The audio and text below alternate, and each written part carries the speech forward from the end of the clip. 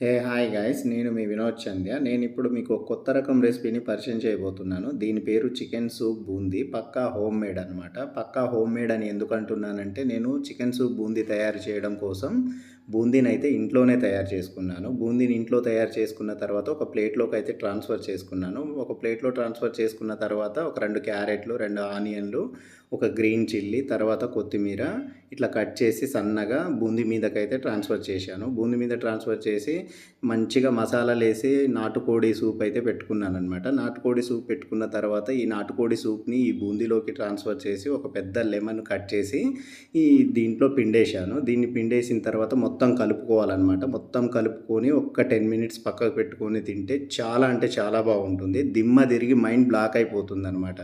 నిజంగా చెప్తున్నా, ఐబొమ్మ రవి బొమ్మలో ఉన్న బొమ్మలన్నీ కనిపిస్తవి. ఇది అంత టేస్టీగా, యమ్మీ యమ్మీగా సూపర్‌గా ఉంటుంది. Thank you so much.